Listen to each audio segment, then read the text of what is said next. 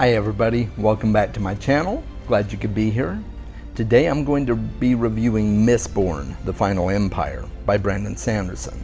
Mistborn, The Final Empire takes place in a Renaissance-esque setting in a cityscape that is plagued by ash falling from the sky and mists that come around at night that just pop up out of the blue, sort of like fog. If you've ever driven through fog, it's that kind of thing.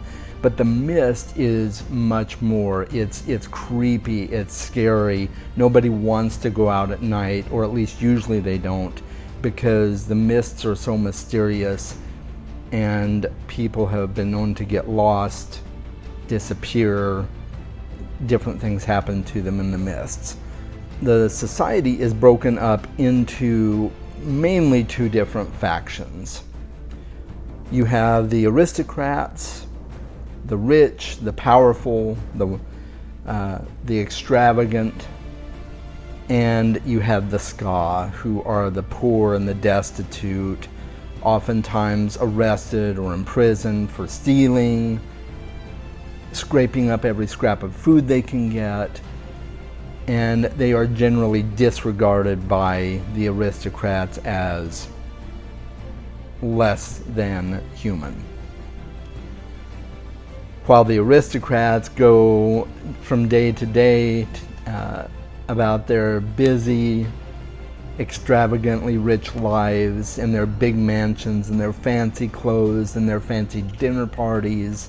The dinner parties are especially interesting because that's where all the fancy gossip takes place, right? If you want to get inside information on one of the other aristocrats that you're wanting to become richer than or more powerful than, you're going to get all the latest gossip at these parties, and you woo and cavort your way to greatness, so to speak. This world is ruled over by a character who we don't find out his name till kind of closer to the end of the book, and I won't spoil that for you, but through most of the book he's called the Lord Ruler.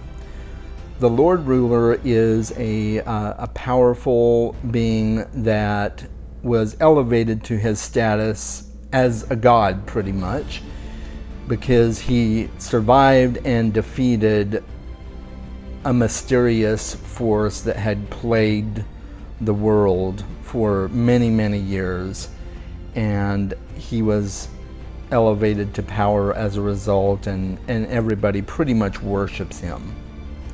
He also has a police force. Really, they're more like high priests, but they function as police, and those are the Steel Inquisitors.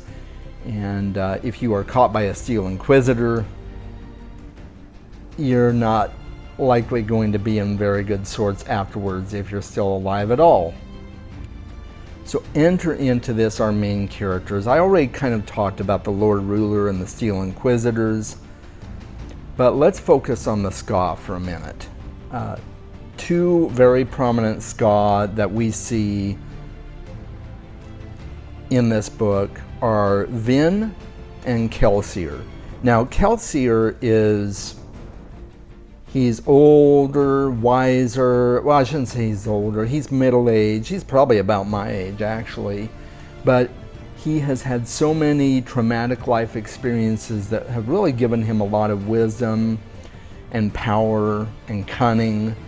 And he has made it his mission to overthrow the Lord Ruler and bring society out of this dictatorship that's been set up. Most of the ska are not really wanting to get too involved. They don't like their place in life, but they don't really know much what to do about it. Kelsier has assembled this group of people who are willing to shirk the system, who are willing to speak out and be more activist in trying to overthrow the Lord Ruler with him. And he comes upon this girl named Vin. And Vin is extremely talented at getting out of tough situations. She's an extremely accomplished thief. She doesn't really know that she's all that special. She just thinks she has a knack for doing things effectively and getting out of tough situations. But Kelsier realizes that she's so much more than she thinks she is. It turns out that Vin is what's called a Mistborn, and Kelsier is as well. And that leads me into the magic system in this book. So to be a Mistborn, or a Misting, and I'll tell you the difference in a minute, but to be a Mistborn means that you can ingest different types of metals to accomplish certain feats. You ingest one kind of metal to jump or travel far distances at greater speed. You use another metal to be able to see into the past. You use another metal to perform feats of strength against an opponent.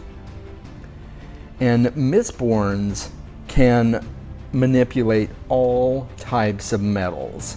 There's about 11 or 12 if I remember right, and they can manipulate all these metals by ingesting them.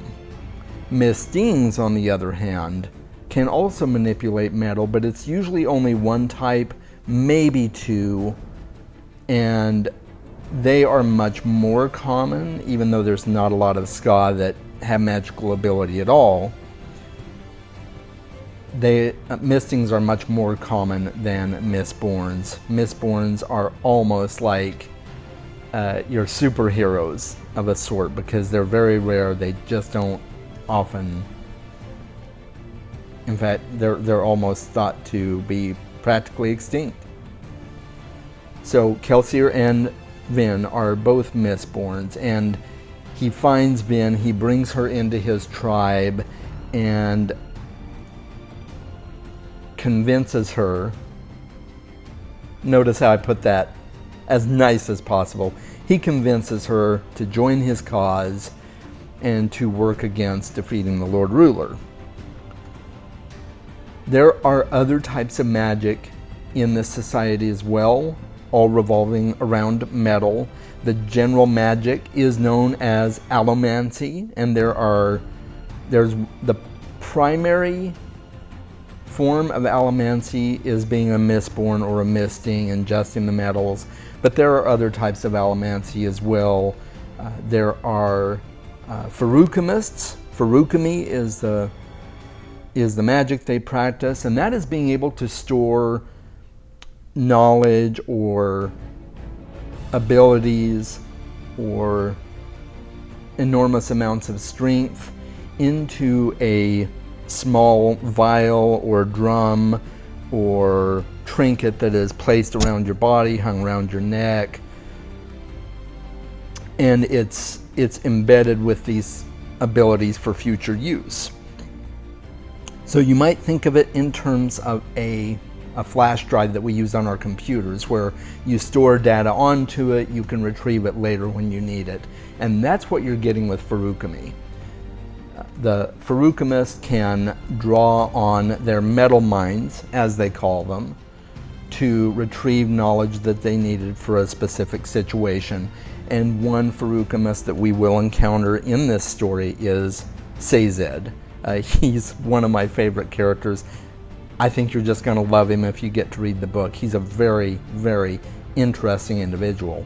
There's also hemalurgy, which is a little more rare. It's the ability of the allomancer to store up their ability to manipulate metals for a certain specific circumstance into a little shard that they embed in their body, a shard of metal, and then to pass it to another person, and that person is able to gain the powers of the person who gave it to them for a certain amount of time, or maybe in some circumstances indefinitely. Now, the Steel Inquisitors are, as I mentioned, they're the priests of the Lord Ruler. They have steel spikes embedded in their eye sockets, and it exits out the back of their skull, and it grants them powers as well. And this is a type of hemalurgy. Some Steel Inquisitors don't have any power. Some of the Steel Inquisitors have been Allomancers in the past, maybe a Misting. I don't remember if there were some Mistborns as well among them, but the spikes driven through their heads just really enhances their skills. So it's a very fascinating system of magic. The thing I love about Brandon Sanderson's works is his magic systems are extremely unique. He puts a lot of thought and work into crafting a magic system that you really won't find anywhere else. And Mistborn is a great example of that. Another thing I love about his magic systems is that he creates them with risk involved. There are limits to the magic. There are risks if you ingest certain types of metals and how much, and if you blend certain metals together, it can make you really sick or violently ill. So there are risks involved to your health by ingesting some of these metals, and there are limits. You know, eventually your store of metal is going to run out and you're going to have to ingest more, and if you get caught in a situation where you don't have a vial of a particular metal on your person, you could easily die. And that is just a really, really well done magic system, in my opinion, because it makes it so that none of these magic users are completely overpowered. They're not invincible. They have flaws. They're humans who have abilities, and those abilities can run dry at some point. Another thing I really love about Mistborn is the political intrigue. As Vin gets trained up by Kelsier, she eventually creates a disguise that she's able to use to attend the parties that the aristocrats throw. And she's able to become a part of a society that's not really her society, but she's able to make it seem as though it is her society. She's supposed to be there. She befriends one particular aristocrat in general. His name is Ellen Venture, and she becomes a fly on the wall, so to speak, of everything that is happening in society, and that becomes crucial to the final climax of the story. And I won't go into that because it'll be spoilers. You need to read the book for yourself. But Brandon does political intrigue really well, and if you like that sort of thing, you will like this book. I will say that I did not like this book when I first started reading it. I was kind of on the fence about it. I'm like, I don't know, it's pretty slow. And Brandon does do a lot of world building, a lot of build up to the climax of his books. So some books it does take a little while to get into, and this is one of those. Maybe it won't be for you, so don't judge that by what I say. But it did take me a little while to get into, and it's so different that you kind of have to put out of your mind any other fantasy books that you've read in order to get into the magic system. If you've read Tolkien and other authors like Tolkien that craft their stories a lot like he did, don't come into Brandon Sanderson's work expecting magic like that. You really need to clear your mind and focus just on this book to really get a full appreciation of the magic in this book and the story in this book. So let me know in your thoughts below what you thought of this review. Are you interested in reading Mistborn? Have you read it before and maybe you have some of the same thoughts I did? Maybe you have some different views or different thoughts on it. I love to interact with you in the comments. As always, please smash a like on this video, subscribe to my channel so that you don't miss out on any of the content that I provide in the future. If you would like to support me on Patreon, I would love that. Thank you. And all the links to my social media and my Patreon is going to be in the description below. If you want to get notifications, make sure and snap the bell so that when a new video comes up, you will be the first to know. Until then, I hope you guys have a great rest of your day. Remember to read more books, starting with this one, and I'll see you in the next video. Bye.